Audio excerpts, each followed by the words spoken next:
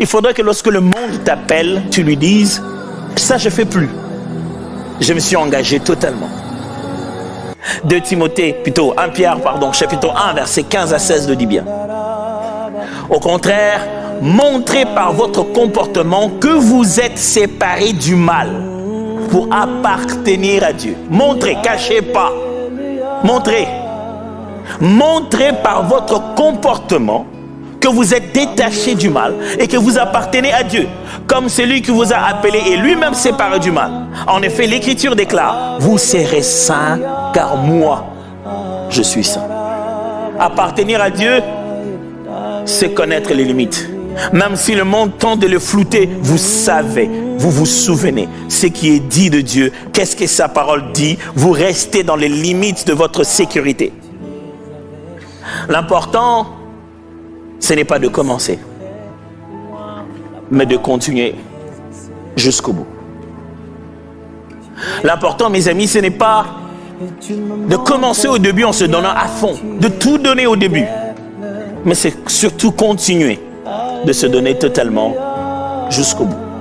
Ah, pasteur, tu ne me connais pas. Au début de ma foi, j'étais à fond. Moi, je me donnais totalement, mais les églises et les pasteurs, ils en ont abusé. Les pasteurs, vraiment, mon frère, ma soeur, je ne sais pas. Nous sommes que des hommes. Si tu ne penses pas que nous sommes des hommes, regarde-moi bien. Je suis sapé comme jamais. Il n'y a rien de plus humain que ça. Ouais, au début, j'étais vraiment à fond, mais pasteur, tu sais, les gens, ils en ont fait un peu de trop. J'ai connu beaucoup d'abus, mais désormais, quand je m'engage, écoute, je reste un peu dans la sécurité. Envers nous, oui, mais pas envers le Seigneur. Tu veux faire ça aux églises, oui, mais tu ne peux pas faire ça à Dieu. Ce n'est pas possible de marcher avec lui partiellement. Il faut s'y donner à fond. Écoutez comment Paul parle de la fin de ses jours, de comment il finit. Pas seulement qu'il a commencé, mais comment il finit. Il dit ça dans 2 Timothée chapitre 4, verset 7. Il dit, j'ai combattu jusqu'au bout le bon combat. J'ai achevé ma course, je suis resté fidèle à ma foi. La couronne de la victoire, c'est-à-dire la justice parfaite et éternelle, est déjà préparée pour moi. Il ne me reste plus qu'à la recevoir. Le Seigneur, le juste juge, me la remettra au jour du jugement.